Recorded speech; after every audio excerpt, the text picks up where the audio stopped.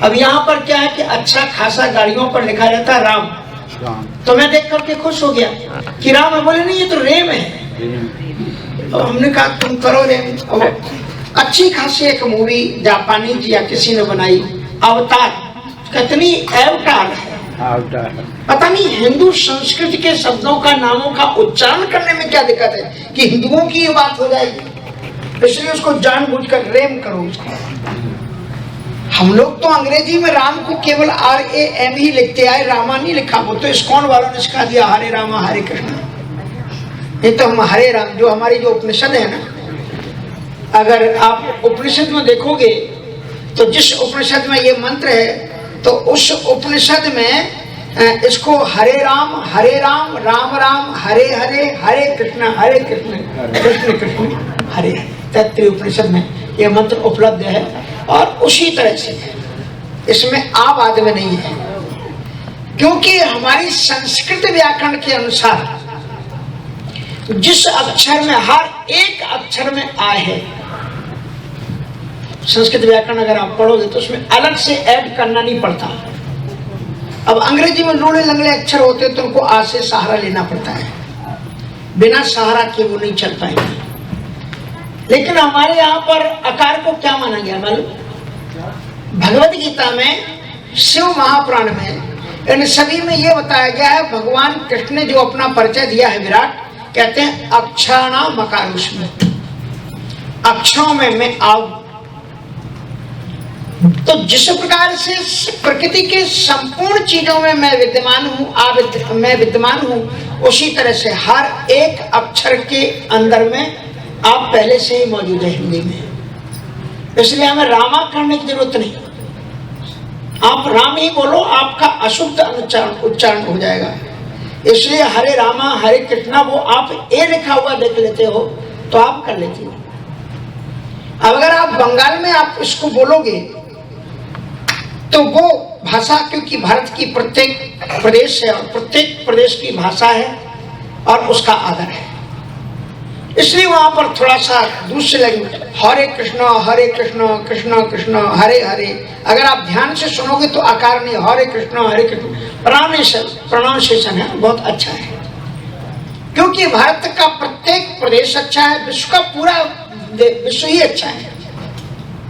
आज भी अगर आप चाहे अमेरिका में देखो चाहे भारत में देखो तो बुरे लोग कम है, अच्छे लोग ही ज्यादा है। मैंने एक बार देखा कि हमें पुराने जमाने में बहुत ज्यादा अटैच लेकर के आते थे, एक में पुस्तकें ही पूरी रहती थी पढ़ने के लिए। अब तो भला कहो विज्ञान का कि ये हमारे सामने जो रखा हुआ है इसमें कम से कम 1000 पुस्तकें मेरी रखी हुई है, नहीं तो 10 पुस्तकें लेकर के आते 1.5 किलो की, तो आने नहीं देते उसके अंदर में। और पुराने जमाने में जब कोई मेरी सूटकेस एयरपोर्ट से उठाता था, गाड़ी में रखता था, तो कहता था महाराज जी पत्थर रख के लाए हो क्या इसमें? तो हम कहते थे देख लो, तो पुष्ट नहीं होती थी, इतना वजन। तो मैं आपको ये बता रहा था कि इन सभी, तो मैंने एक बार देखा एक बस में बैठा है, मेरे पास 3 अटैचियां थी, कोई भी इंडियन उसमें आदमी नहीं था, और शायद इंडियन होता शायद बैठा रहता। गोरे गोरे लोग, तो उन्होंने देखा कि नाटे का दिखे हैं, नहीं उठा पा रहे हैं, एक एक ने बढ़कर के आगे से हमारी सूटकेसों को उतार लिया, बस के नीचे उतारा। न्यूयॉर्क की बात है, और ऐसे ही नहीं, कौन सी गाड़ी है, वहां गए, उन्होंने ट्रंक खोला, उसके अंदर में रखवा करके वो लोग गए। अच्छे आदमी सब भी हमारे भारत में भी अच्छे आदमी है, यहाँ भी अच्छे आदमी। अगर आपको बुरे ही आदमी मिलते हैं तो आप अपना अनुशीलन करना, उन लोगों का अनुशीलन मत करना, कहीं आप बुरे तो नहीं हो। क्योंकि अगर आपको बुरे ही मिलते हैं तो आपको अपने बारे में सोचना पड़ेगा। आदमी तो अच्छे शब्द ही विद्यमान है। तो ये जो मंत्र है हकारादिष्कार, इसलिए हकारादिष्कारा उच्चारण मध्य संघ का, पर उसमें ये कहा गया जिसमें आकार नहीं होता है तो उसे क्या कहते हैं मालूम? संस्कृत में उसको कहते हैं हलंत।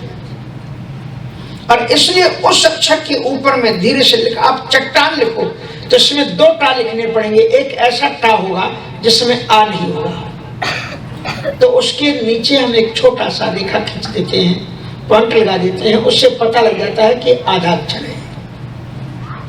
अगर वो पॉइंट नहीं है तो इसका मतलब उसके अंदर में आ विद्यमान है। तो नारद फा, ये वो ऋषि मुनियों की स्थली है जहां पर आप बैठे हुए हैं, जहां महर्षि नारद जी जैसे संत ने तपस्या की। अगर आपको यहाँ वृंदावन दिखाई नहीं पड़ता, अयोध्या नहीं दिखलाई पड़ती है, तो आप अपनी सार्वभौमिक दृष्टि को विस्तृत करो, अपनी दृष्टि को बड़ा करो। इसलिए अगर आप दृष्टि को बड़ा करोगे तो प्रहलाद को समुद्र में भी ईश्वर बचाने के लिए गया, प्रहलाद को अग्नि में भी ईश्वर बचाने के लिए गया, प्रहलाद को चट्टानों से पटकने पर भी ईश्वर मौजूद मिला, और धधकती हुई आग और खंबे के अंदर से भगवान प्रकट हुए। आप जानते हो मूर्ति पूजन की परंपरा कब से चली? प्रहलाद ने शुरू की। इसलिए तवते पाहन नर पूजन लागे। हिरण्यकश्यप ने पूछा, इस खंबे में भगवान है? बोले हाँ है। तो कहा चलो आज तुम्हारे भगवान का एक खेल खत्म कर देते हैं। उसने खींची तलवार और उसी खंबे में मारी। तो सत्यम विधातुम निजभृत्य भाषितुम स्तंभे सभायाम नवरम न मानसम। सत्यम विधातुम निजभृत्य भाषितुम व्याप्तम च भूते स्वकलेषु चात्मनि। इस श्लोक श्रीमद् भागवत का श्लोक है, प्रहलाद के चरित्र का है। प्रहलाद ने भगवान के भक्त ने कह दिया कि इस पत्थर में भगवान है, इस पहाड़ में भगवान, इस खंबे में भगवान है। तो भगवान अपने भक्त को इतना प्रेम करते हैं कि मेरे भक्त की वाणी गलत ना हो जाए, इसलिए सत्यम विधातुम निजवृत्य भाषितुम व्याप्तम च सर्वे सकलेषु चात्मना। संपूर्ण ब्रह्मांड की जितनी भी आत्माएं हैं उनके अंदर में वो परमात्मा बैठा हुआ है पहले से, इसलिए कहीं उसे आना जाना नहीं पड़ता। एक बार भगवान श्री कृष्ण जी जब शांति दूत बनकर के जा रहे थे कौरवों की सभा में, तो द्रौपदी समझ गई कि ये चाहते हैं कि ये युद्ध ना हो। और आप जानते हो द्रौपदी ने एक प्रतिज्ञा कर ली थी। क्या प्रतिज्ञा की थी? कि मेरे वस्त्र का हरण करने वाले, हरण करने के प्रयत्न करने वाले इस दुशासन की छाती का जब तक लोहू में अपने बालों में नहीं लगा लूंगी तब तक मैं चोटी नहीं बांधूंगी। तो कृष्ण को जाते हुए देखा, कृष्ण तो भगवान है, उनकी वाणी में ऐसा जादू है कि वो शांति स्थापित कर देंगे, तो फिर ये युद्ध नहीं होगा। तो द्रौपदी एकांत में खड़ी हो गई, और जब श्री कृष्ण को तैयार जाते हुए देखा तो इशारा किया धीरे। किसी ने देखा नहीं, कहा इधर आप कहाँ जा रहे हो? कहा पांडवों की शरण में जा रहे। किस लिए? शांति दूत बन करके जा रहे। क्या करोगे? युद्ध को विराम देना चाहते? कोई चिंता मत करो, मैं जो कुछ होगा अच्छा। बोले हाँ मुझे मालूम है तुम्हारी बुद्धि पर, तुम्हारी कितनी अकल। के भगवान के भक्ति बोल पाते हैं भगवान से। हरि सिंह हरिऔध जी ने लिखा उसको कि द्रौपदी ने क्या कहा भगवान कृष्ण से? कहा तुम्हारी कितनी अकल है मुझे मालूम है। बोले मैंने तुम्हारा चीर बचाया था ना। बोले पहले चीर हराए, पहले लाज गमाई के, फिर बढ़ायो चीर। पहले तो मेरी लज्जा चली गई ना, जब उस सभा में मुझे पकड़ करके लाया गया। आपको मेरी रक्षा करनी थी तो पहले ही उसकी बाहुओं को मेरे हाथों तक बढ़ने नहीं देते।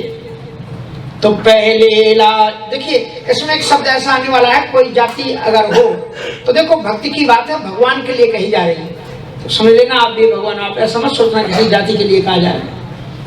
ये द्रौपदी ने कहा, मैंने कहा नहीं। हरिऔध जी की रचना है, उनकी रचना है, सुन लेना। तो द्रौपदी ने कहा कृष्ण जी से कि पहले लाज गवाई की, फिर बढ़ायो चीर, कछु गलती तुम्हारी नहीं, आखिर जात अहीर। इसमें तुम्हारी कोई गलती नहीं, अहीर की बुद्धि तलवे में होती, वही तुम्हारी बुद्धि है। क्या करने की बात हो लगी। आखिर चीर, पहले लाज गवाए के फिर बढ़ायो चीर, कछु गलती तुम्हारी नहीं, आखिर जात। तो भगवान श्री कृष्ण जी ने कहा कि द्रौपदी यदि मैं विलंब से आया तो उसमें तुम ही कारण हो। क्या कारण था? क्यों भगवान को इतनी देर लगी? भगवान तो घट घट में बैठे हुए हैं। ये श्लोक ने कहा सर्वे सुखलेषु चात्मना, संसार की समस्त आत्माओं सभी जगहों पर परमात्मा समान रूप से विद्यमान है। लेकिन द्रौपदी ने करुणा में भर करके कहा दुख हरो द्वारिका नाथ शरण में तेरी, हे द्वारिका नाथ मेरे दुख को हरण करो। तो भगवान कृष्ण ने कहा मैं तो तेरे बगल में खड़ा हुआ और तूने कहा द्वारिका नाथ, और द्वारिका नाथ कहा तो तेरी वाणी को सत्य करने के लिए मैं पहले द्वारिका गया और फिर वहां से आया। तो अब इसमें देर हो गई तो रीजन मेरा क्या है? बड़ी प्यारी एक बात मुझे और याद आ गई। एक बार सूरदास जी और तुलसीदास जी मिल गए। भक्तों का कभी झगड़ा होता नहीं है, और वो भक्त का झगड़ा भी होता है, वो झगड़ा नहीं होता है, वो भी एक प्रेम का अद्भुत प्रदर्शन होता है। तो सूरदास जी बात बात में अपनी राम कथा सुना रहे थे। हमारे राम ही सब कुछ है, वही सबसे बड़े हैं। और सूरदास जी बार बार में, तुलसीदास जी अपने राम के ही बारे में बार बार बता रहे थे कि राम ही सबसे बड़े हैं, राम से बड़ा कोई नहीं। और सूरदास जी महाराज श्री कृष्ण जी के बारे में, और वो कहते हैं सबसे बड़े मेरे राम रमैया, और सूरदास जी कहते हैं सबसे बड़े मेरे कृष्ण कन्हैया। और अंतोगत्वा बात ये हुई तो एक काम करो, देखते हैं किसके भगवान अच्छे, बुलाओ अपने अपने भगवान को। तो सूरदास जी ने भी भगवान को बुलाया और गोस्वामी तुलसीदास जी ने भी बुलाया, और जो ही बुलाया दोनों ने, तो राम जी तो नहीं आए, लेकिन कृष्ण जी इमीडिएटली अपीयर किया। भगवान कृष्ण जी वहीं पर प्रकट हुए, काली कमली डाले लपट लिए गाय के साथ में भगवान कृष्ण प्रकट। सूरदास जी खुशी होकर के चरणों में लिपट गए। सूरदास जी ने भी दंडवत, तुलसीदास जी ने भी दंडवत प्रणाम किया, ठाकुर जी तो एक ही। अब राम जी चले गए, कृष्ण जी चले गए। सूरदास जी ने कहा कहो तुलसीदास कहाँ है तुम्हारे राम जी? रह गए ना ठन गोपाल। ये हमारे कृष्ण जी आए और देखो दर्शन करके चले भी गए। अब आ रहे होंगे, थोड़ी बहुत देर वेट की, लेकिन राम जी नहीं आए। नहीं आए तो उदास होकर के तुलसीदास जी आंखों से आंसू बहाने लगे। और तभी तक दूर से नगाड़ों की आवाज आई, बैंडों की आवाज आई, वेद मंत्र घूमते हुए सुनाई पड़े। जोर जोर सावधान राजाधिराज चक्रवर्ती सम्राट अखिल भुवन भुवनेश्वर अयोध्यापति सम्राट रघुनंदन श्री राम जी पधार रहे। फिर बैंड बाजे नगाड़े सेना, और फिर वो तमाम हाथी रथ तमाम चीजें लेकर के आए राम जी। तुलसीदास जी नारायण एक तरफ मुंह को बोले मैं तुम्हारे लिए आया हूं, अब क्या फायदा आने से? उन्होंने भी अपने इष्टदेव को बुलाया और मैंने भी बुलाया, और आपने आने में इतनी देर कर दी। इतनी देर में तो सब निराश होकर के चले गए। कहा कि हूं तो मैं ही।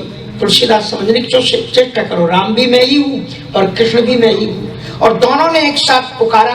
तो मुझे लगा ये सूरदास जी वाले ठाकुर का रूप धारण करना जल्दी, ये बच्चे एक काली कमली डालो, एक लाठी लो और पहुंच जाओ। अब तुमने राजाधिराज रामचंद्र जी को, तो फिर मुझे वो त्रेता के सुग्रीव को बुलाना पड़ा, हनुमान जी को बुलाना पड़ा, पूरी लाज लश्कर तैयार करनी पड़ी, रथ सजाना पड़ा, सैनिक बैंड बाजे और सब करने में तो देर तो हो जाती है ना। अब आपने जैसे जिस रूप में, इसलिए शंकर जी क्यों उपलब्ध है? क्योंकि उनको कुछ नहीं करना पड़ता, जैसे आपने बुलाया वैसे ही उपलब्ध, कृष्ण जी वैसे ही उपलब्ध, और राजाधिराज राम जी भी प्रकट हो जाते हैं सब जगह पर। लेकिन अगर आप विशेष संबोधन कर दोगे उनको, श्री राम कहोगे तो अयोध्याधीश कह दोगे तो फिर अयोध्या जाएंगे, अयोध्या से आएंगे। आगे तक मैं सब रहत विरागी। आइए हम अपने विषय पर आए। तो ये इन विषयों में आज ये विशिष्ट महत्व है कि ये ऋषियों की स्थली है। कौन सी जगह? सियाटल। और सियाटल का अर्थ अगर नहीं जानते हो तो आज आप नोट कर लो, जहां हमारी सियाजू हरदम के लिए विराजमान है, सिया अटल, जहां पर नित्य निरंतर सिया जी विराजमान है। इसलिए तो हम आते हैं बार बार यहाँ। आपको मालूम था क्या ये? हमारी श्री किशोरी जी यहाँ पर कैसे विराजमान होती है? अटल रूप से विराजमान है। हाँ, तो इसलिए अभी मॉडिस्टो वालों ने कहा महाराज जी अर्थ बताइए, यहाँ का अर्थ क्या है? हमने कहा यहाँ का अर्थ सीधा सा ये है कि जहाँ के लोगों का मूड हरदम अपने इष्टदेव में लगा रहता हो, उसी का नाम मॉडिस्टो है। इन शहरों का अर्थ जानना है अमेरिका से। अटलांटा गए महाराज जी, अटलांटा का अर्थ क्या है? हमने कहा अटलांटा का अर्थ ये है कि जहाँ के भक्तों की गहरी गांठ भगवान से, अंटा मानी हमारे यहाँ पर कहते हैं, अंटू मानी गांठ जुड़ जाना, जहाँ के लोगों की गहरी मजबूत गांठ भगवान के साथ में जुड़ गई हो, उसी का नाम अटलांटा है। तो हम आपको जहां देखो भगवान तो सभी के विद्यमान। तो दो चीजें, एक तो प्रत्यक्ष रूप से है कि नारद जी की एक तपस्थली है, और दूसरी चीज ये बड़ी महत्वपूर्ण है कि यहाँ पर नाम ही है सियाटल, इसमें कुछ भी अर्थ में जोड़ने की जरूरत नहीं है, अपने आप इसलिए पहले ए है और फिर ए है, और सी अटल एकदम सिया और अटल वो शब्द अपने आप में जुड़ा हुआ है। सियाटल जहाँ हमारे किशोरी जी अटल रूप से विद्यमान है, उसी जगह का नाम सियाटल है। तो हम ऐसी परम पावन स्थली में बैठ करके गुरु पूर्णिमा महोत्सव मना रहे हैं, और ये आपका सौभाग्य है कि एक भारतवर्ष से चल करके एक साधु गुरु के रूप में आपके बीच में बैठा हुआ है। इस समय के लिए लोग जाते हैं गुरु के पास, विशेष रूप से छुट्टी लेते हैं, अवकाश लेते हैं, जाते हैं। और हमारे भारतवर्ष के लोग खूब हमको खरी खोटी सुना भी रहे हैं कि गुरु जी आप अमेरिकन हो गए और आप वहीं पर हो गए। पर क्या करें, हमारे यहाँ के लोगों ने कहा कि महाराज हरदम वहाँ जाते हो, हम भी शिष्य हैं, तो यहाँ भी कभी रुको, तो इस बार यहाँ पर रुके हुए। तो मैं आपको ये बता रहा था कि बड़ी अत्यंत दिव्य मंगलमयी बात है कि सियाटल में हम गुरु पूर्णिमा के विषय में हम 2 दिन से श्रवण कर रहे हैं, और आज से ये कथा विशेष रूप से रिकॉर्डिंग भी हो रही है, तो भारत के किसी चैनल में भी आपको दिखाई जाएगी ये कथा, तो आपकी छवियाँ आकृतियाँ भी उसमें आएंगी। तो मैं आपको ये बता रहा था, कल और परसों 2 दिन का प्रवचन आपने अटेंड किया। मैंने आपको ये दत्तात्रेय जी की कथा से शुरू किया है, क्योंकि दत्तात्रेय जी ने गुरु की एक अलग व्याख्या प्रस्तुत की है।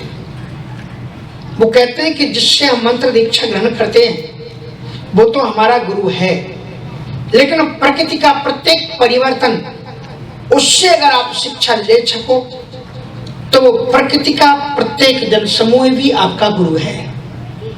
और इस प्रकार से उन्होंने राजा यदु को अपने 24 गुरु बताए, पर एक 25वां भी गुरु बताया है बाद में।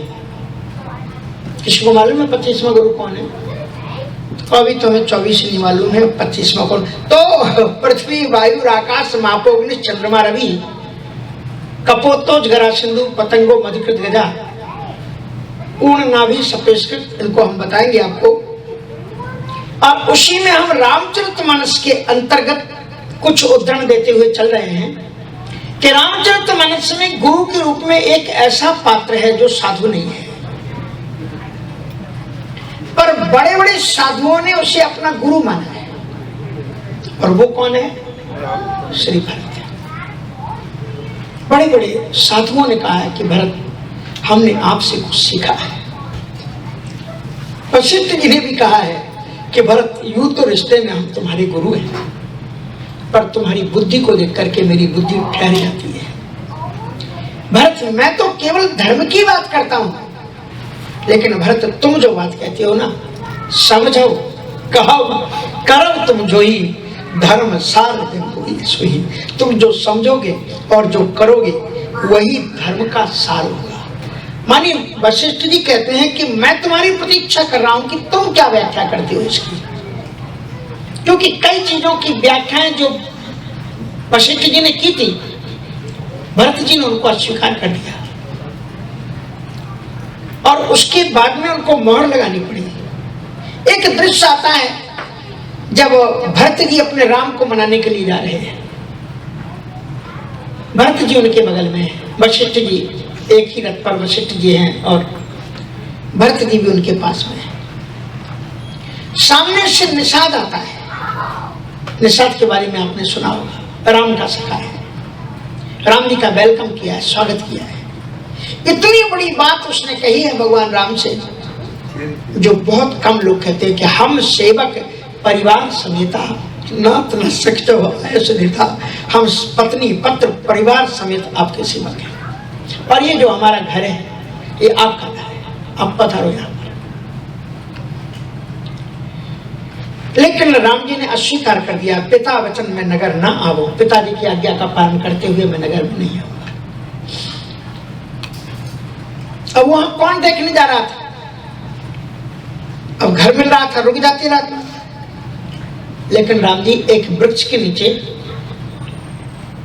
उसी निषाद और उसकी पत्नी ने कोमल कोमल वृक्षों के पत्तों को तोड़ा, जो ऊपर के पत्ते थे उनको बिछाया। पर निषादनी, जो निषाद की पत्नी है, वो रोती है, कहती है हमारी सिया जो बहुत सुकुमार है, इन पत्तों पर सो नहीं सकती।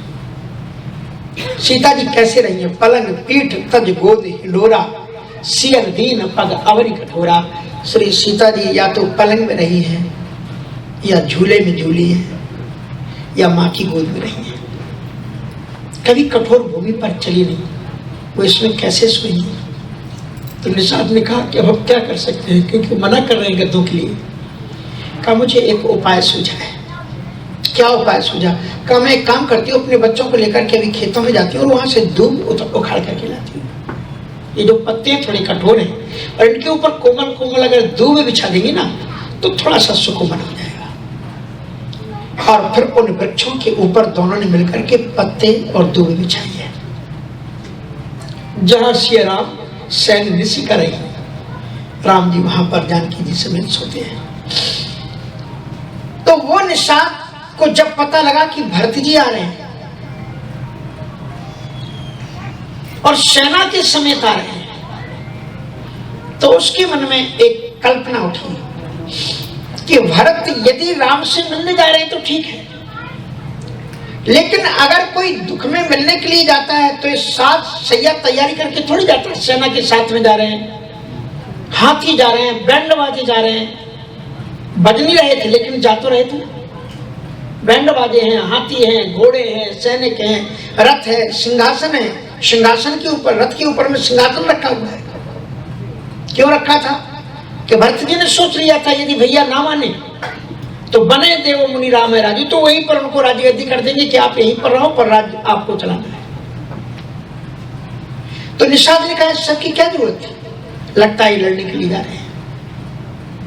और एक गरीब परिवार का जन्मा हुआ वो निषाद, जिसको पिछली जाति का कहते हैं, निचली जाति का कहते हैं, वो निषाद एक संकल्प लेता है कि हम निषाद वंश में जब तक एक भी बच्चा जिंदा रहेगा तब तक हम अपने जीते जी भारत को गंगा के पार नहीं उतरने देंगे। और उसने सारे नाविकों को बुला करके कहा कि हथवासो बोरो उतरण, अपनी अपनी नौकाओं को पत्थर बांध करके डुबो दो ताकि इनको नौका ही ना मिले। ऐसा करो कि सारी नौकाओं को डुबो दो इनको पार करने के लिए, और उसके बाद में युद्ध होगा। तो उसने कितनी सुंदर बात कही। निषाद कहता है कि हम जानते हैं कि भरत बड़े योद्धा है, उनके साथ हम लड़ थोड़ी सकते हैं, हम विजय थोड़ी प्राप्त कर सकते हैं, पर वो कहता है हम लड़ तो सकते हैं।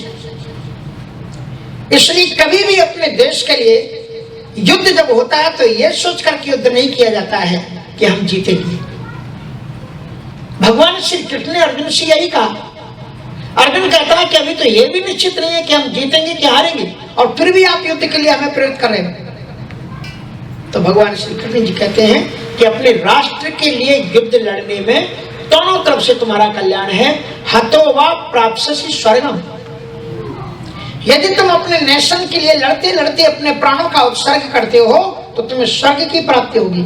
हतो वा प्राप्स्यसि स्वर्गम और जित्वा वा भोक्ष्ये मही, और अगर तुम जीत गए तो पूरी पृथ्वी का साम्राज्य तुम भोगोगे।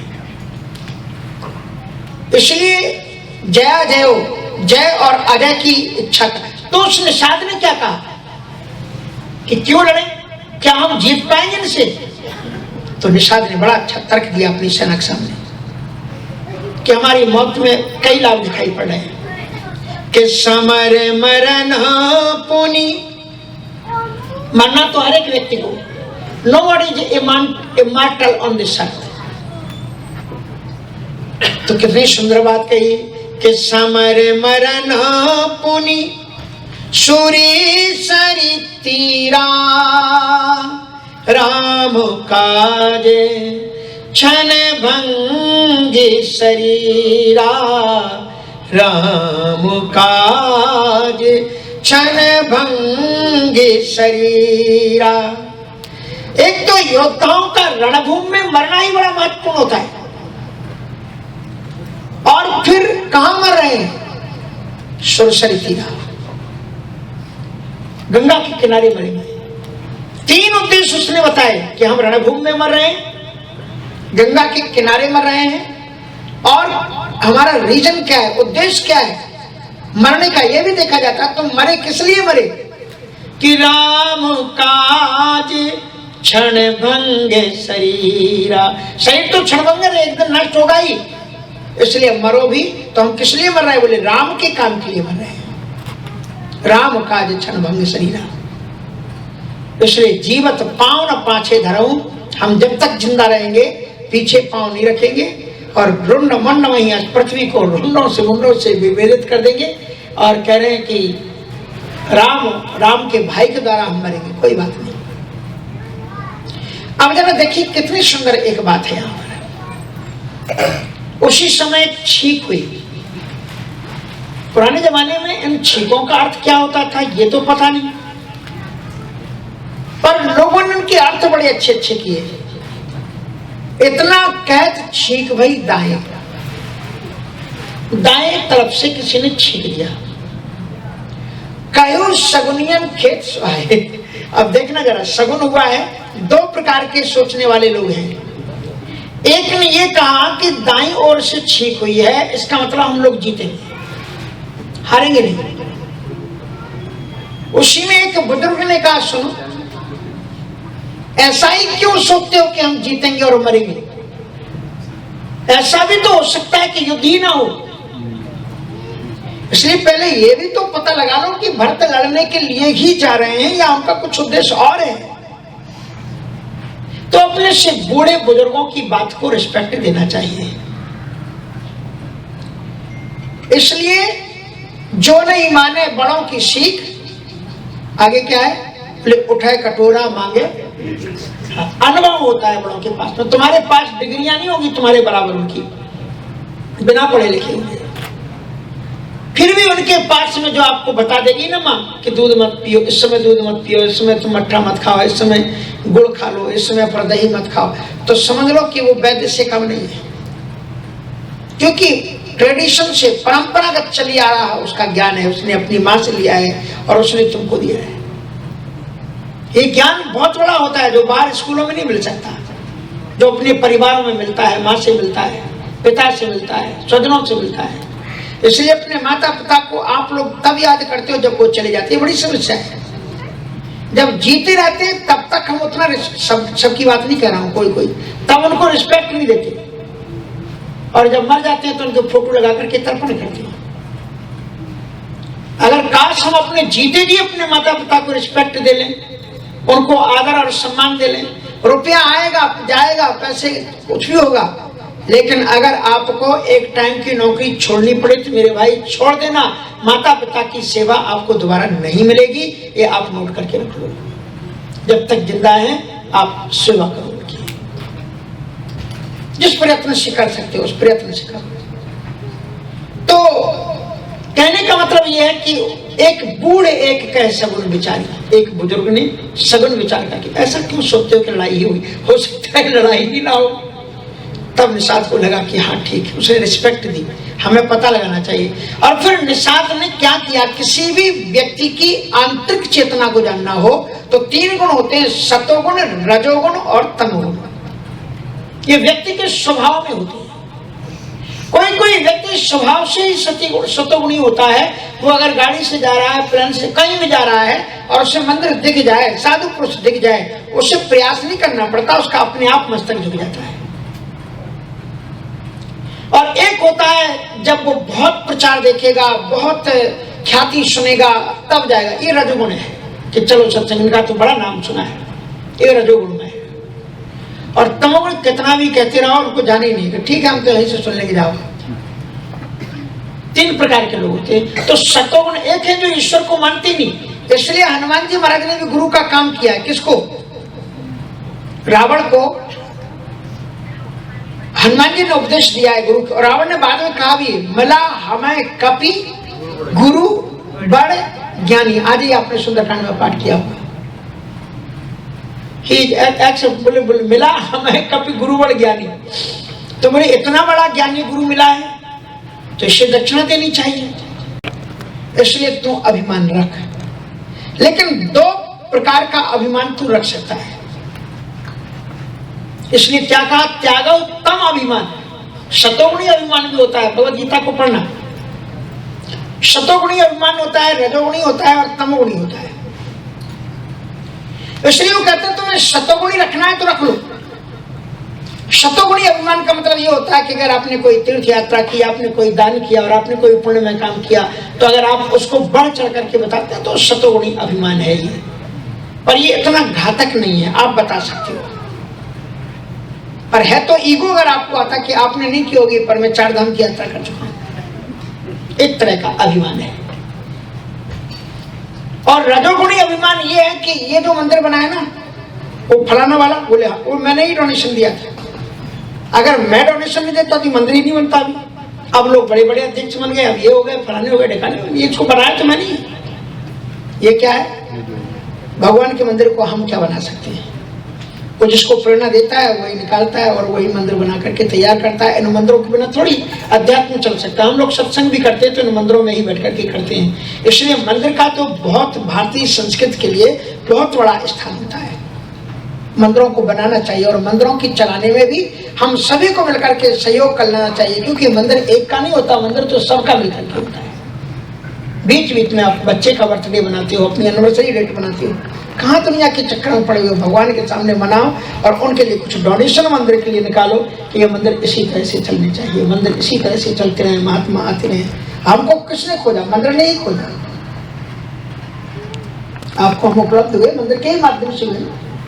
तो मैं आपको त्याग उत्तम रजोगुण समझ में आ गया आपको, जिसमें हम सोचें कि मेरे बिना ये काम नहीं हो सकता तो मैंने ये किया।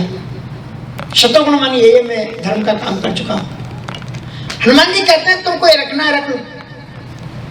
तुम शतोगुण भी रख लो कि तुम वेदों की ज्ञाता हो, कोई दिक्कत नहीं। तुम रजोगुण भी रख लो कि मेरे समान कोई योद्धा नहीं, ये भी ठीक है।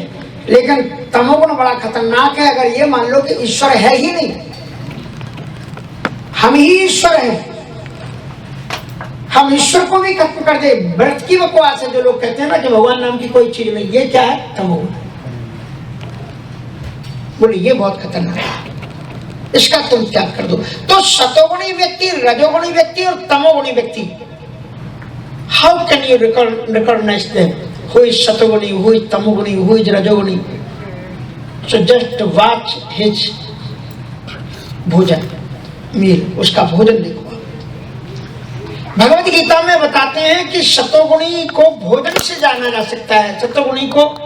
इसलिए वो साधना का पहला चरण है। गुरु पूर्णिमा का पावन अवसर है, इन चीजों को आप ध्यान से सुनते जाना। साधना का पहला चरण है भोजन की शुद्धि। आपका जो भोजन है उसे शुद्ध होना हो। मैं नहीं कहता, भगवद गीता कहती आहार शुद्धि सत्य शुद्ध, सत्य शुद्ध ध्रुव, इसमें कहा आहार शुद्ध होगा, आहार शुद्ध सत्य शुद्ध, तो आपके मन में सात्विकता की अभिवृद्धि होगी और आपकी बुद्धि तेज होगी। और अगर सात्विक कारण नहीं होगा, बुद्धि बिगड़ेगी और आप नष्ट हो जाओगे, भगवान से दूर हो जाओगे। इसलिए आपने कान कानी कहावत सुनी होगी अपने गांव में कि जैसा खाओगे अन्न वैसा बनेगा मन, और जैसा पियोगे पानी वैसी बोलोगे मन। इसमें कोई छुआछूत का बिल्कुल नहीं है। पदार्थ की शुद्धि की बात है कि पदार्थ शुद्ध होना चाहिए, जैसा खाओगे अन्न। और पदार्थ शुद्धि कहां से आया, कैसे पैदा हुआ, और सारी चीजों को देखने के बाद में अगर आपको नहीं मालूम है, आप बाजार से मार्केट से लाए हैं सब्जियां, उन सारी चीजों को आप अगर शुद्ध बनाना चाहते हो तो सबसे अच्छा तरीका है कि घर के अंदर में ठाकुर जी को विराजमान रखो, घर के अंदर तुलसी को बो करके रखो, और भोजन करने के पहले आप उसमें मांस मछली अंडा संडा और तमाम चीजें ना हो, इन चीजों को आप निश्चित करो, क्योंकि यहाँ सब चीजें लिखी रहती हैं। और उसके बाद में आप तुलसी छोड़ करके ठाकुर जी को भोग लगा दो, वो सात्विक हो जाएगी। अगर गलत व्यक्ति ने भी बोई है, अगर किसी का पाप का भी पानी रख करके वो पौधे पलवित हुए हैं, तो उससे भी हमारी बुद्धि दूषित हो जाती है। जगद्गुरु रामानंदाचार्य जी के चरित्र में एक कथा आती है कि उनका एक शिष्य, जब वो यात्राएं करते रहते थे, महाराष्ट्र में वो गए, तो वहां पर उनका एक शिष्य भिक्षा मांगने के लिए गया और भिक्षा मांगने के लिए जब वो गया तो एक दरवाजे पर उसने दरवाजा खटखटाया, व्यक्ति बाहर से निकला तो कहा मुझे भिक्षा चाहिए। व्यक्ति ने उस महात्मा को प्रणाम किया, बोले हाँ वो जगतगुरु रामानंदाचार्य जी पधारे। बोले हाँ। आप उन्हीं किससे? बोले हाँ।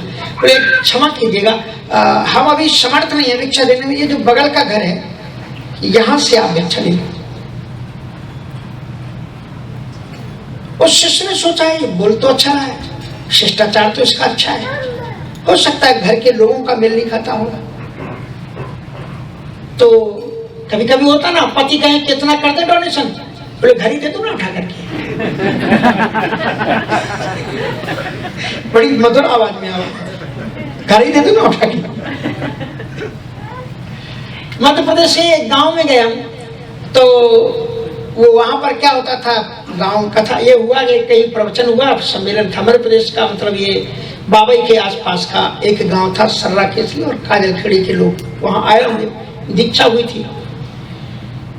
तो मैं भूल गया क्योंकि बहुत भीड़ होती थी, और उन लोगों ने ये कहा गया कि जो लोग 5-5 कुंटल देंगे उनके गांव में महाराज जी जाकर के अनाज उनके यहाँ से लाएंगे। टाइम रहता था, जाते थे, पर वो गांव भूल गया।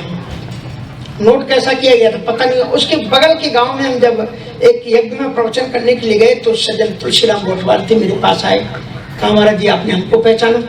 हमने कहा पहचाने हुए तो लग रहे हैं पर नाम नहीं जानता मैं आपका। बोले हमें कथा सुनने के लिए, और आपको मैंने नोट करवाए थे कि 5 कुंटल वो पूरे गांव के द्वारा 5 कुंटल देने थे, तो 2 कुंटल हमको देना था, पर आप आए ही नहीं। तो उन्होंने कहा कितने दूर है यहाँ से? बोले ये यहाँ से 3 किलोमीटर की दूरी पर। हमने कहा कोई बात नहीं, बीच में टाइम निकाल के आएंगे। वहां जब पहुंचे तो मैं गया, स्वभाव तो साधु का सरल होना चाहिए, उसका बड़ा बेनिफिट मिलता है। मुझे बहुत बेनिफिट मिला सरल स्वभाव होने के कारण। एक तो किसी को घर में ठहराने की जरूरत, वो दिक्कत नहीं। हाँ, नहीं तो उसमें भी हमें गर्म चाहिए तो मीठा चाहिए तो यहाँ चाहिए तो वहाँ चाहिए, समय चाहिए वहाँ चाहिए, है तो नहीं दिक्कत कोई। हाँ, तो इस प्रकार से जो है जैसा मिल जाए वैसे ही खा लो, गरम गरम का कोई चक्कर नहीं। ठंडी रोटी भी अच्छी लगती है।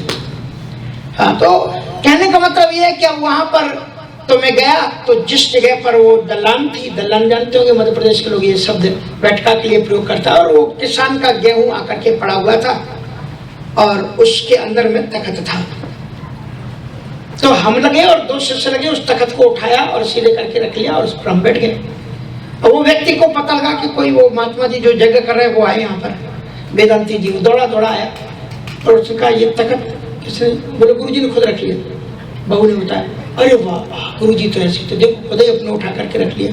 बैठ गए, कहा कि गुरु जी वो वहाँ आपने बोला था तो हमने 2 बोरे बोले थे, अब कितना बोरा कर दें? मुझे लगता है कम से कम 3 बोरा तो अब गुरु जी को कर देना चाहिए।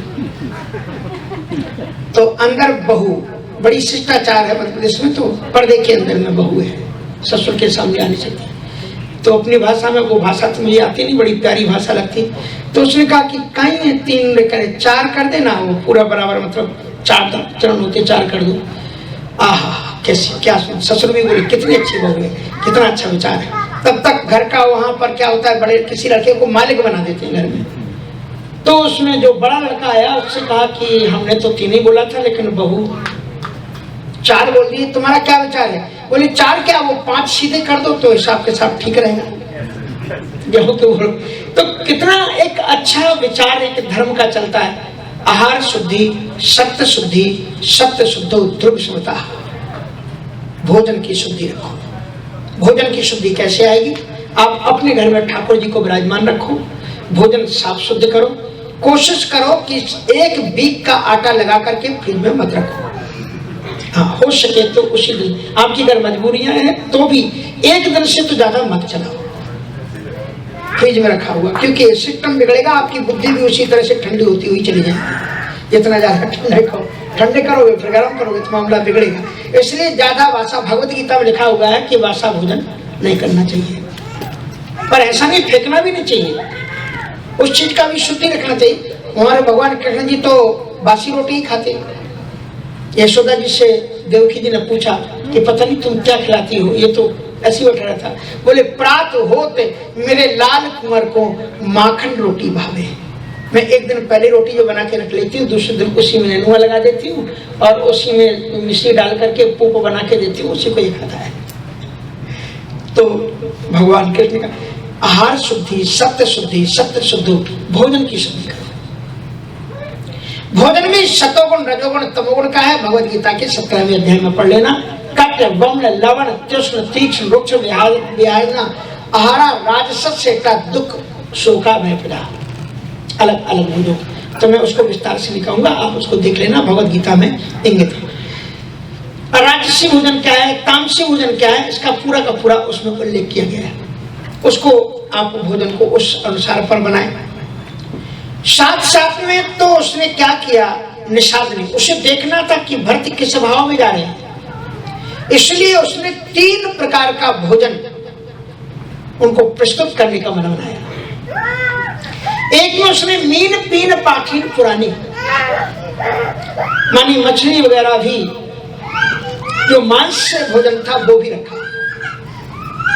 एक तरफ उसने विभिन्न तेलों में तले हुए पदार्थ भी बना करके उसने रखे, और एक तरफ उसने फल भी रखे, फल फ्रूट आदि, कि देखे भरत की जिधर दृष्टि जाएगी, विज्ञान देखो आप भरत का, कि भरत की जिस भोजन पर दृष्टि जाएगी उसी से पता लग जाएगा कि किस भावना से। भोजन बता देता है व्यक्ति का कि किस वृत्ति का है। लेकिन निषाद ने देखा कि जिन भरत को हम देखने आए हैं उनकी आंखों से आंसू बह रहे हैं और होठ राम राम राम राम कह रहे हैं। निषाद समझ गया कि ये तो त्रिगुणातीत है, तीनों गुण से ऊपर उठा हुआ महापुरुष है। ये मैंने तो दर्द उसके बारे में चिंतन किया है। निषाद सामने आ गए और उन्होंने सोचा ऐसे भरत को मैं प्रणाम करूं। रथ चल रहा है, वशिष्ठ जी हैं, भरत जी हैं, और निषाद ने भूमि पर कीन प्रणाम मात महिलाई, पृथ्वी पर सिर रख करके उन्होंने प्रणाम किया। वशिष्ठ जी, भरत जी महाराज रोने लगे, कहा गुरुदेव ये कौन है, इतनी श्रद्धा और भक्ति के साथ में ये प्रणाम कर रहा है, ये कौन है। वशिष्ठ जी ने बताया कि तुम्हारे भैया राम का ये मित्र है, सबसे पहले जंगल में इसी ने राम का स्वागत किया था, और हमें मंत्री सुमंत्र ने बताया था कि श्री राम जी ने भेंटू राम भद्र भरी बाहु, श्री राम ने भुजाओं में भर करके इससे भेंट की थी और इसे मित्र कह करके पुकारा है। इतना सुनते ही भरत जी रथ से कूद पड़े और दौड़े निषाद की तरफ। निषाद कहता है क्षमा करना, मैं सात जाति में पैदा हुआ हूँ, मैं ओछी जाति में पैदा हुआ और मेरा नाम ये है और मेरा गांव ये है। तो लेकिन भरत जी कहाँ सुनने वाले थे, उन्होंने लपक करके उसको पकड़ लिया, बाहों में भर लिया, और उसके बाद में भरत जी ने बगल में बैठाया, बातचीत हुई। हम उस बातचीत की चर्चा नहीं कर रहे हैं, हम आपको ये बताना चाहते हैं, पॉइंट यहाँ से पकड़िए। वो लौट करके आया, कौन, भरत जी लौट करके आए। वशिष्ठ जी ने कहा कि भरत तुम भी हाथ कर देते हो। बोले गुरुदेव उससे कुछ गलती होगी। बोले सोचो ना, मैंने तुमसे बताया था कि वो निषाद है, निषाद जाति का है। जहाँ से छाएं छुई ले सींचा, जिसकी छाएं भी छू जाए तो जल सींचते हैं। अपवित्रम पवित्रम बताऊंगा तो भी तुमने उसे भुजाओं में भरा, यहाँ तक कोई गड़बड़ नहीं था, मिल लिया, अच्छा किया तुमने, हृदय से लगा लिया, बंधुत्व स्थापना की। लेकिन तुमने उसे बगल में बैठाया, कहाँ तू चक्रवर्ती सम्राट राजा दशरथ के पुत्र और कहाँ वो निषाद, उसको तुमने अपने बगल में बैठा लिया। भरत जी ने कहा कि हाँ मुझसे गुरु जी गलती तो हुई है। क्या गलती हुई समझे? बोले हाँ मैं समझ गया कि मुझे बगल में नहीं बैठाना चाहिए था, मुझे उसके नीचे बैठना चाहिए था, क्योंकि वो राम का सखा है, राम का मित्र है, और राम का मित्र तो मेरे लिए राम की ही तरह हुआ ना। और यदि वो राम की तरह है तो मुझे उसके बगल में नहीं, मुझे उससे ऊपर बैठना चाहिए था और मुझे नीचे बैठना चाहिए था। वशिष्ठ जी झरझर करके रोने लगे और कहा कि भरत ये ऊंची दृष्टि मेरे पास नहीं है, ये है गुरु। गुरु का अर्थ कपड़े से ही नहीं है, गुरु का अर्थ दाढ़ी मूछ से ही नहीं है, गुरु का अर्थ आचरण से भी है। भरत जी रामायण के सबसे बड़े गुरु हैं। अब आप देखो कितनी उच्च कोट की दृष्टि दी उन्हें। कि आप तो कहते हैं कि मुझे उससे बगल में नहीं बैठाना चाहिए था, लेकिन कहते हैं उल्टा नाम जपत जग जाना और वाल्मीकि भय ब्रह्म समाना। जिनके नाम को उल्टा जप करके वाल्मीकि जी ब्रह्मा के समान हो गए, ब्रह्म के समान हो गए, ये तो उनसे भी आगे। यह तो राम लाए और लीना। वाल्मीकि जी तो सीधा नाम नहीं बोल पा रहे थे, राम नाम मरा मारा जपा, लेकिन ये तो ऐसा सौभाग्यशाली है जिससे भगवान श्री राम जी ने दिल से लगाया, हृदय से लगाया। एक पत्थर पारस को छू करके सोना बन जाता है, तो इसने राम के दिल को छुआ है, ये भी राम हो गया है। इसलिए राम कहत पावन परम होत भुवन विख्यात। जो राम कह लेता है वो भुवन विख्यात परम पवित्र हो जाता है, उससे बड़ा कोई होता ही नहीं। यह है एक भरत का धर्म, यह है भरत की एक उच्च कोटि की तृप्ति। तो मैं कल आपको बता रहा था रघुवीर 5 विशेषताएं जिसमें होती है, त्यागवीरो दयावीरो। तो त्यागवीर तो मैंने आपको बता दिया था कि भरत जी किस प्रकार से राम जी से भी अधिक त्यागी है। राम जी को अभी राजा बने नहीं है, तब उनको वरदान मांग लिया गया है कि तुम वन को जाओ, इसलिए उनको जाना ही है। लेकिन भरत की सारी चीजें पक्ष में है, गुरु भी बोल रहे हैं, मंत्री भी बोल रहे हैं, राम की माँ भी बोल रही है, राम भी कह करके गए कि उनको राजा बना देना। फिर भी भरत ने त्याग किया, पड़ोसे हुए राज्य को ठुकराया। मैं अयोध्या के पास एक बस्ती है, वहां पर प्रवचन कर रहा था। वहां पांडे लोग ज्यादा थे और मैं लगभग सन 86 की बात है। तो उस समय पर जब मैं वहां पर प्रवचन कर रहा था तो एक पांडे जी ने आकर के कहा कि महाराज जी, हमने सुना है कि आप भरत चरित्र बहुत अच्छा कहते हैं, आज भरत चरित्र सुनाओ। तो मैंने उस दिन भरत चरित्र पर ही प्रवचन किया। दूसरे दिन वो हमसे फिर बोले कि महाराज जी, हम आपसे भरत चरित्र सुनना चाहते हैं। हमने कहा कल सुनाया तो था। अरे बोले स्वामी जी, कल तो मैं यहाँ था नहीं। तो कहाँ गए थे? बोले मैं फैजाबाद। उस समय फैजाबाद, अब उसका भी नाम अयोध्या हो गया। बोले फैजाबाद गया था, थोड़ा कोर्ट का काम था, केस था। बोला कौन सा केस था? बोले क्या है ना कि पिताजी जब मरे तो मरने के पहले खेती बांट गए। 2 भाई है, हम, एक बड़ा है एक छोटा है। एक बड़े भाई साहब हमें, और खेती में उन्होंने खेत बांट दिए कि ये खेत दर के हैं और ये खेत उनके। तो महाराज जी क्या है ना कि बीच में 2 फुट की मेड़ थी और हमारे भाई साहब ने आधी मेड़ भी उसको जोत दिया। हम जब गए तो लड़ने लगे तो फिर महाराज हम तो फिर हम बर्दाश्त नहीं होता, सोने से चटका दिया उनका। अब वो चले गए ऊपर तो उनका करें। बोले उसी का केस चल रहा है। किसका चरित्र सुनना चाहते हैं? भरत का। और केस किसका लड़ रहे हैं? एक भाई का सिर चटका बैठे। इसलिए एक सूत्र नोट करो कि रामचरितमानस पढ़ते तो राम तुम्हें भी बनना होगा। चलो राम के पद चिन्हों पर अब इतिहास बदलना। राम को अपने आचरण में भी लाओ और तभी आपका सार्थक है रामचरित्र सुनना, अन्यथा उसकी कोई सार्थकता नहीं। सुनो तो थोड़ा सा अपने आचरण में भी उतारो, यही उसकी सार्थकता है और यही उसकी सारग्राहिता है। और इस प्रकार से पर राम और भरत का चरित्र देखो। राम ने राज्य भरत के लिए त्याग दिया। वो कहते हैं कि पिताजी मेरे लिए सब कुछ सब तरफ से अच्छा है। भरत राजा बने, इससे ज्यादा सौभाग्य की बात क्या हो सकती है? मुनिगण मिलन विशेष बन सबई भांति हित मोर और तेईमा पितु आयस बहुर सम्मत जननी तोर।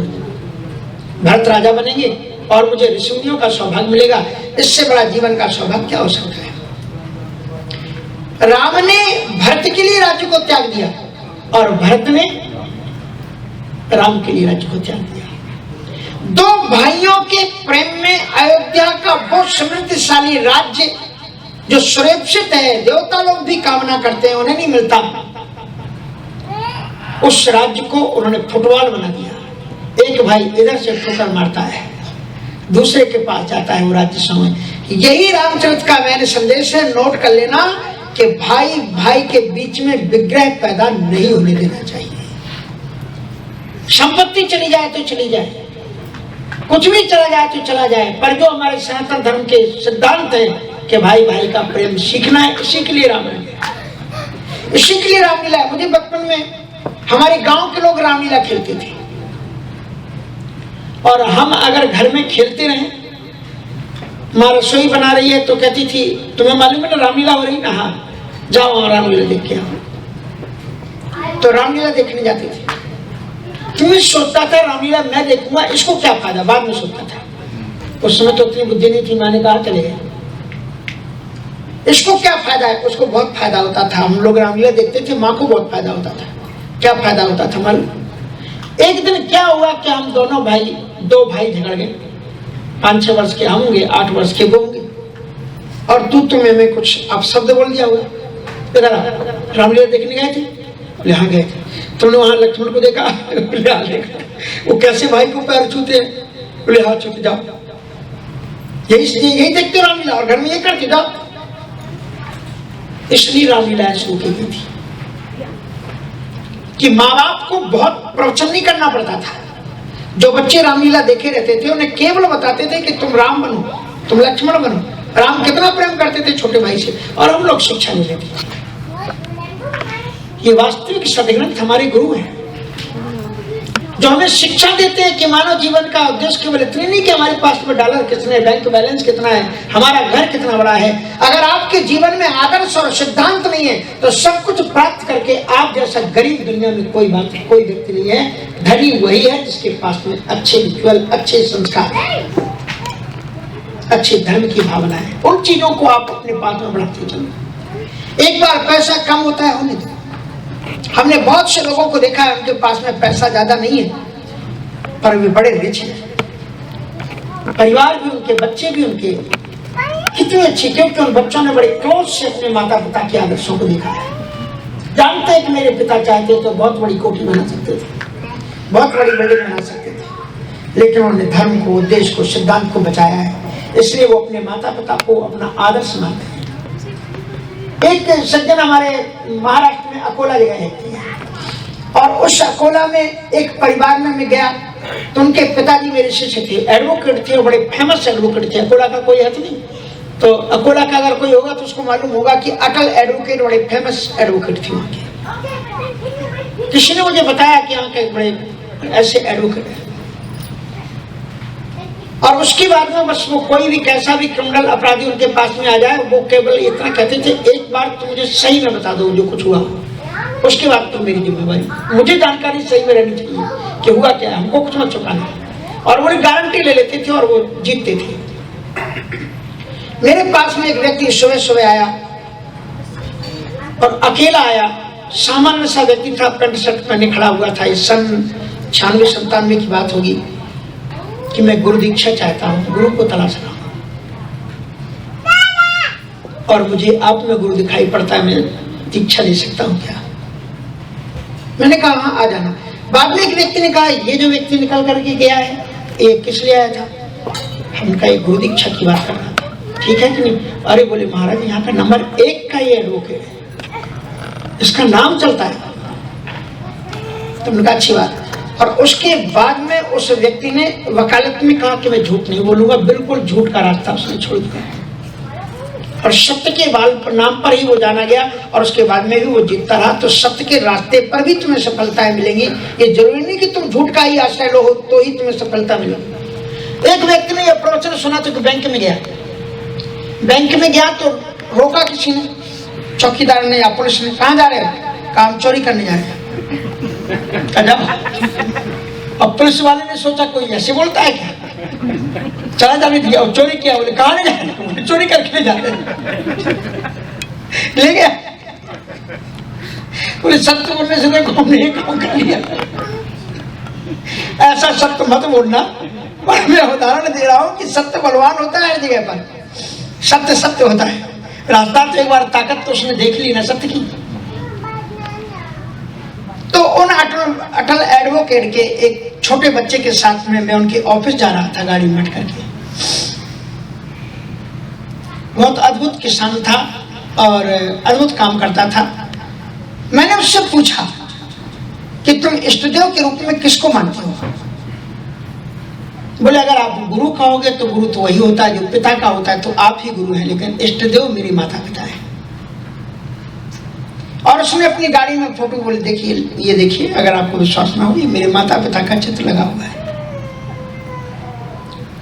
इतनी निष्ठा थी उसकी अपने माता पिता के अंदर में, मुझे लगा कि एक ये भी आदर्श है।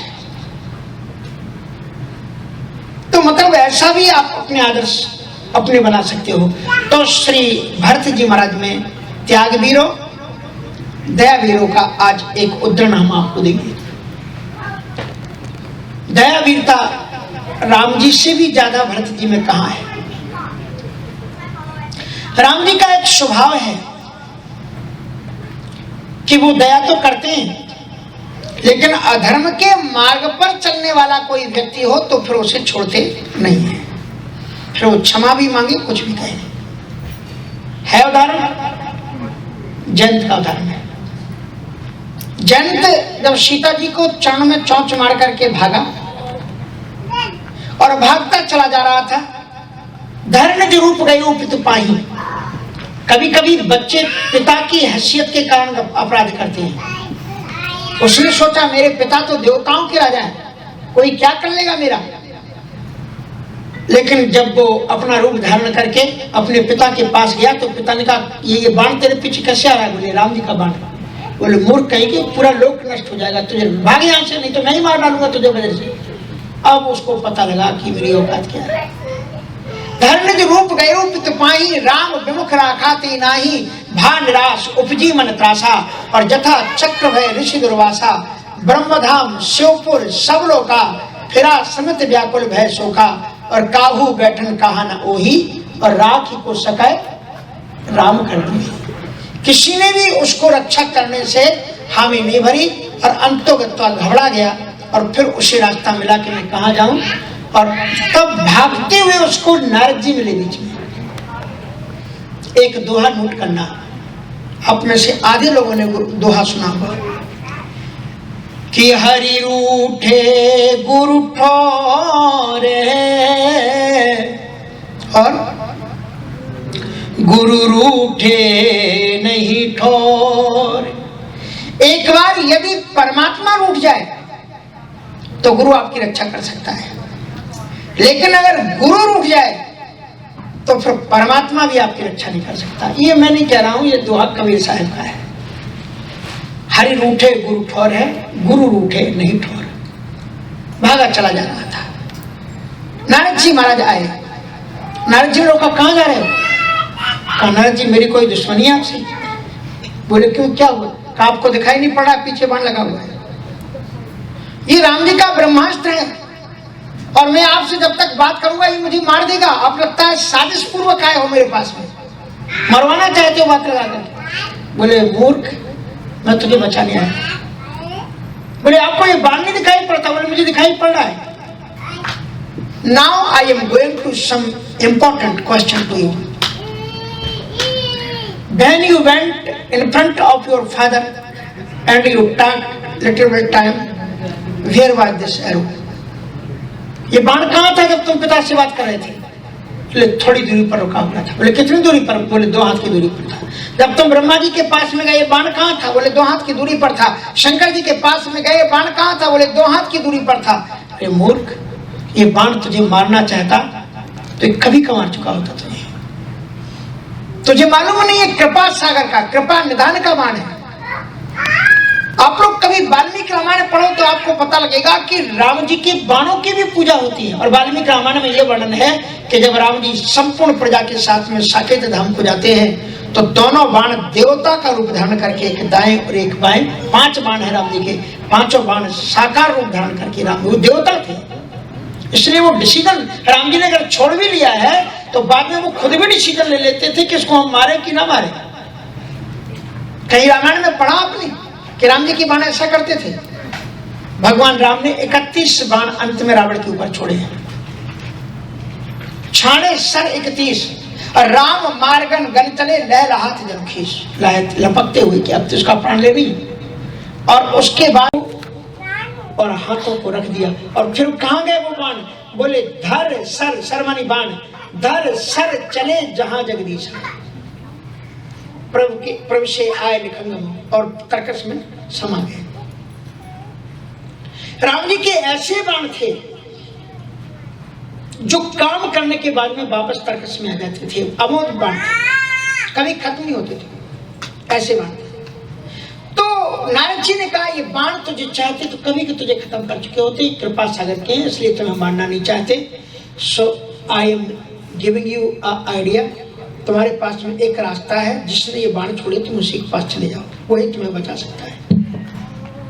कहा बाबा तुमको थोड़ी भी दया नहीं है, जिसका मैंने अपराध किया है, जिसकी पत्नी को मैंने मारा है, और ये जिसके बाण मेरे पीछे, और मैं उसके सामने पहुंच जाऊं, एक तो पीछे लगा है, एक सामने से और छोड़ा, हो गया मेरा काम। कहा मूर्ख पहले तसल्ली से मेरी बात तो सुन ले तू। बोले अब सुनना बकाया क्या, अमर होना चाहते हो? बोले नहीं, राम जी से सामने तू चला जा, उनके चरणों में गिरना और कहना कि मैं पहले भी परीक्षा लेने आया था और अब भी मैं परीक्षा लेने आया। बोले बिल्कुल मरवाना चाहते हो आप मुझे? बोले पहले पूरी बात सुन लो। कहना मैं पहले भी परीक्षा लेने आया था, अभी परीक्षा लेने आया हूँ। पहले मैं ये देखने आया था आपकी भुजाओं में बल कितना है, और अब मैं ये देखने आया हूँ कि आपके दिल में करुणा कितनी है, दया कितनी है। अब मैं ये देखने आया हूँ, अब मैं अभी भी परीक्षा लेने आया हूँ कि आप कृपा सागर कितनी हो। तुलसीदास जी ने बहुत अच्छा भजन लिखा है, कृपा की, ये तो बिंदु जी का है पर चलो इसको गा देते हैं। कृपा की न होती जो आदत तुम्हारी, कृपा की न होती जो आदत तुम्हारी, तो सुनी ही रहती अदालत तुम्हारी। कृपा की न होती जो आदत तुम्हारी, कृपा की न होती जो आदत तुम्हारी। हे मेरे मालिक, अगर आपका कृपा का स्वभाव ना होता तो सुनी ही रहती। तुलसीदास जी लिखते हैं कि तू दयालु दीन हो, तू दानी हो भिखारी, हाँ प्रसिद्ध पात की तू पाप पुण्यारी। मैं दुनिया का सबसे बड़ा, तो तुम भगवान के पास में चले जाओ। भगवान के पास में वो गया, भगवान ने छोड़ दिया क्या? भगवान ने दोनों चीजें की, दया भी की और दंड भी दिया। दया क्या की? तुलसी भगवान शंकर जी पार्वती जी को सुना रहे, कीन मोहि बस द्रोही, यद्यपि ते ही करे बध उचित। उचित तो यही था कि इसको मार देना चाहिए, लेकिन प्रभु छाणु कर छो को दयालु रघुवीर सम। फिर भी भगवान ने दया करके उसे छोड़ दिया। क्या दया की? बाण तो मारे दिया ना, हाँ बाण मारा, पर उन्होंने कहा कि जो नहीं दंड करो खलतोरा। यदि अपराधी को दंड ना दिया जाए तो मर्यादाएं बिगड़ जाएंगी, इसलिए दंड तो मैं तुझे दूंगा। पर उन्होंने सोचा बाण इसको मारना है क्योंकि तर्कस पर चढ़ चुका है और राम जी का अमोघ बाण होता है, बिना काम के जाते ही नहीं, इसलिए बाण तो इसको लगेगा। अब ये डिसीजन लिया, बाण को उन्होंने बताया कि तुम कहाँ लगो इसको। अगर एक पंख काट देते तो बेचारा उड़ नहीं पाता, एक पांव काट देते तो बेचारा चल नहीं पाता, शरीर में लग जाता तो सियावर रामचंद्र जी की जय हो जाता। पर एक आंख से उतनी देख सकता है जितनी दो आंखों से देख सकता है, इसलिए एक नयन कर तजु भवानी। और एक नयन का दूसरा भी अर्थ ऋषियों किया है कि हमारे पास में दो दृष्टि होती है। हम में से बहुत से लोग होंगे जिनके पास में दो दृष्टि का अर्थ मतलब दो आंखें मत समझ जाए, चिंतन व्यू, एक क्या कहते हैं इसको इंग्लिश में दृष्टि के लिए कुछ अच्छा है, हाँ पॉइंट ऑफ व्यू, राइट। तो एक दृष्टिकोण। कभी कभी हम सोचते हैं मूर्तियां हैं और कभी कभी हम सोचते हैं भगवान है, तो ये हमारे दो व्यू हो गए। एक और से हम ये केवल मूर्ति मान रहे हैं कि मूर्ति, इसलिए आज भोग नहीं लगा, कोई बात नहीं, कल लगा देंगे। और एक दृष्टि से हम इनको मान रहे हैं भगवान। तो एक ही दृष्टि हमारे जीवन में हो कि या तो हम भगवान ही मान लें पूरी तरह से। तो ऋषि उन्होंने एक दृष्टि दी जयंत के लिए कि तुम्हारे पास में भी, तुम्हारे मन में जो ये संदेह है कि मैं ईश्वर हूं कि नहीं हूं, अब तुम्हारे पास में एक ही दृष्टि रहनी चाहिए कि मैं ईश्वर हूं। तो राम जी क्या करते हैं, राम जी भी दया करते हैं, लेकिन दया करने के बाद में भी उसकी आंख फोड़ते हैं। लेकिन भरत जी के सबसे बड़े दुश्मन कौन है? दो हैं। कौन है? एक तो वो मंत्रा जिसने उनकी मां को बहकाया, उससे बड़ा दुश्मन दुनिया में सबसे बड़ा दुश्मन वही है जो तुम्हें भगवान से दूर करे।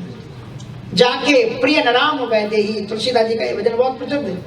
जाके प्रिय न राम वैदेही, जाके प्रिय न राम वैदेही, तजिए ताये कोटि बैरी सम, यद्यपि परम स्नेही, जाके प्रिय न राम वैदेही।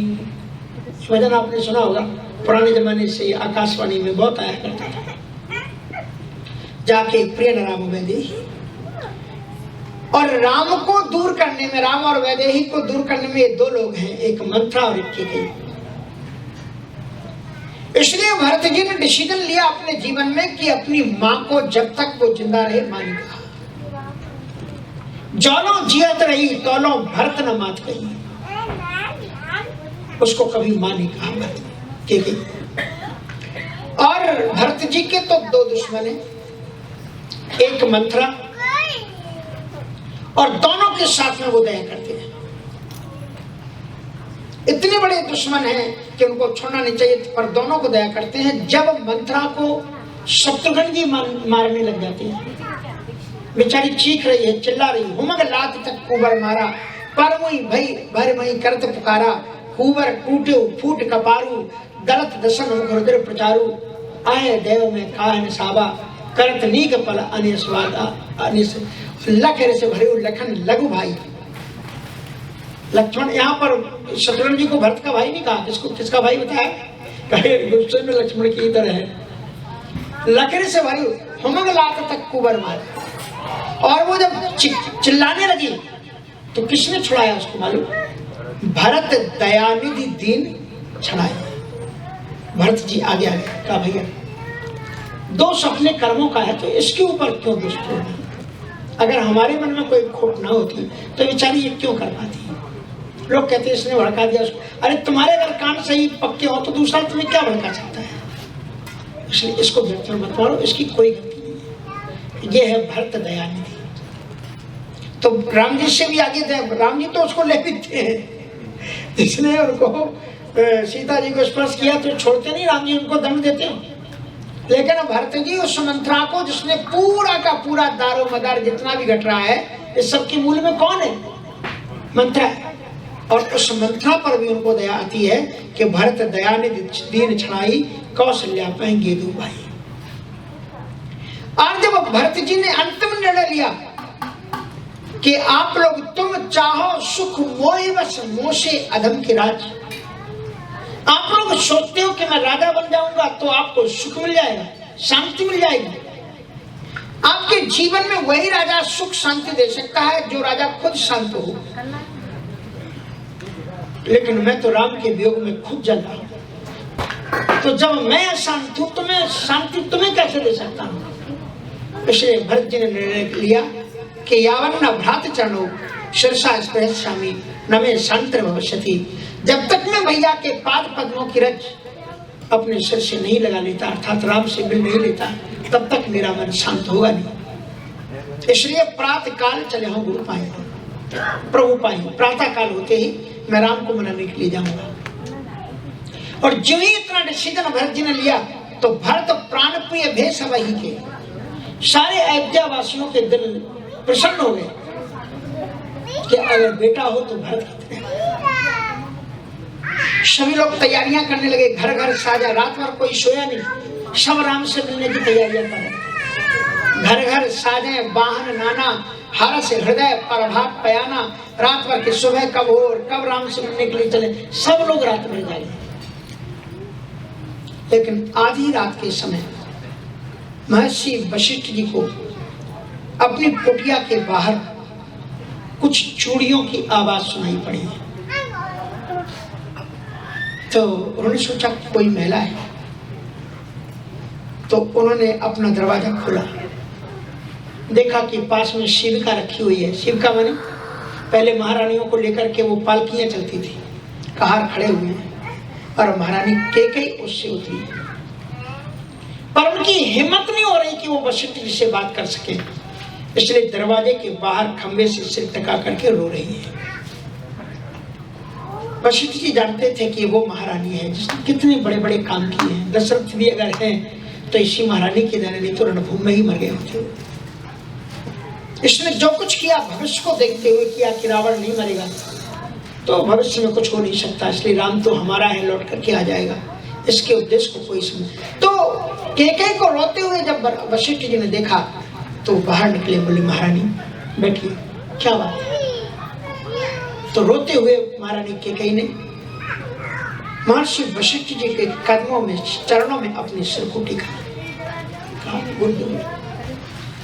मुझे मालूम है कि आप भी मुझसे नाराज होंगे, क्योंकि राम को आप भी बहुत मानते थे, और मैंने देखा था कि जब राम का बनगमन हुआ था आपके भी आंखों से झरझर करके आंसू दे रहे थे। मैंने सब कुछ किया, मैं किसी से भी कुछ कहने लायक हूँ नहीं, लेकिन आप गुरु हो तो आपके अलावा मैं किससे कहूँ।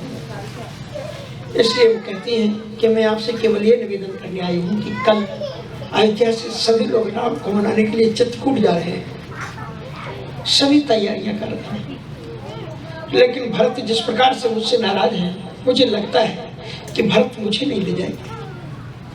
केवल आप इतना कर दो कि आप भरत को आप कह दो बुला करके कि वो कैकेयी को भी ले जाए, क्योंकि मैंने ही उन्हें वनवास दिया है, मैं ही उन्हें मना करके लाऊंगा, मुझे भी ले जाए। आप इतना आप कह दो तो शायद वो मुझको ले जाएंगे। वशिष्ठ जी ने कहा कि महारानी कैकेयी, भरत को समझना मुझ जैसे योगी के लिए भी बड़ा कठिन हो गया है, पर आप मेरी शिष्या है, मेरा कर्तव्य है, मैं अपनी भावनाओं को भरत तक पहुंचा जाने दूंगा। दूसरे दिन सुबह बड़ी तैयारियां चल रही थी, पालिकाएं, सेविकाएं, लोगों की तैयारियां, और उसी बीच में वशिष्ठ जी का संदेश भरत जी के पास में गया। भरत जी आए, कहा भरत बुरा मत मानना, थोड़ी सी एक बात मैं तुमसे कहना चाहता हूँ कि आज रात में महारानी कैकेयी मेरे पास आई थी, और ये जो आपकी चित्रकूट की यात्रा है इसमें कैकेयी भी जाना चाहती है, आप उनको स्वीकृति दे देना तो उनका मन रह जाएगा। तो भरत जी ने गुरुदेव के चरण पकड़ लिए, बोले महाराज आप क्या कह रहे हैं मुझे आप पाप में क्यों डाल रहे हैं?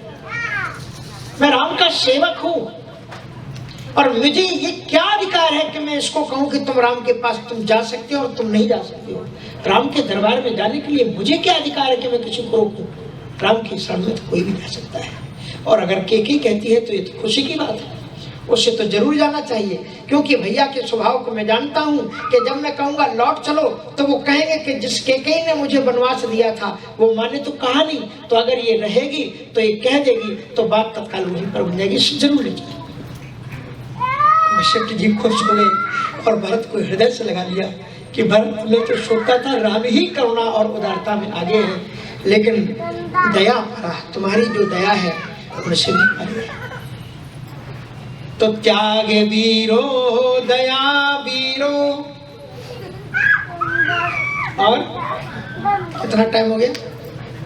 अभी टाइम है क्या? त्याग वीरो दया वीरो विद्या वीरो विचक्षणा। तीसरी विद्या कौन है? विद्या। विद्या में मतलब जो तुमने पढ़ा लिखा है उसको तुम लोकोपयोगी बना सको। हम पढ़ तो बहुत लेते हैं, डिग्रियां तो हमारे पास में बहुत होती हैं, विज्ञान कई लोगों ने पढ़ा होता है, पर वैज्ञानिक कोई कोई ही बन पाता है, कोई कोई ही क्रिएटर बन पाते हैं। जो कुछ उपलब्धि जो पढ़ाई लिखाई की है उससे एक नई उपलब्धि देकर के संसार को अलंकृत कर देते हैं। तो विद्या को जो प्रैक्टिकल में ले आए ऐसे बहुत कम लोग देखे गए हैं। विद्या का प्रयोग करो, जो पढ़ा है तुमने, श्रमफल पढ़े किए अल्प पाए। जो पढ़ा है अगर वो तुम्हें समय पर उपलब्ध हो जाए, 1 वर्ष तक हम पढ़ते हैं, किस लिए पढ़ते हैं किसी पुस्तक को, कि अंत में जो क्वेश्चन होंगे उसमें 5 प्रश्न पूछे जाएंगे और 5 प्रश्नों का उत्तर हम देंगे।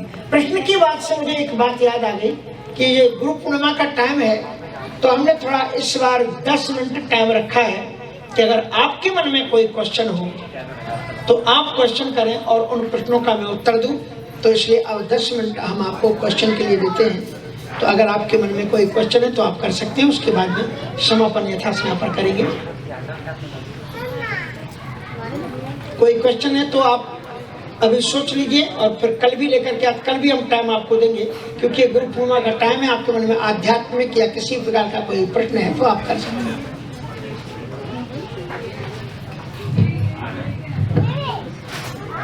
नहीं है तो मैं कीर्तन कराऊं। है कोई क्वेश्चन?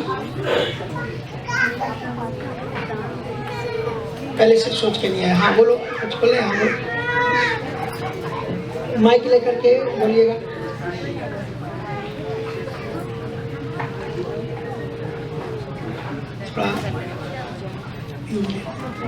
जय सीताराम।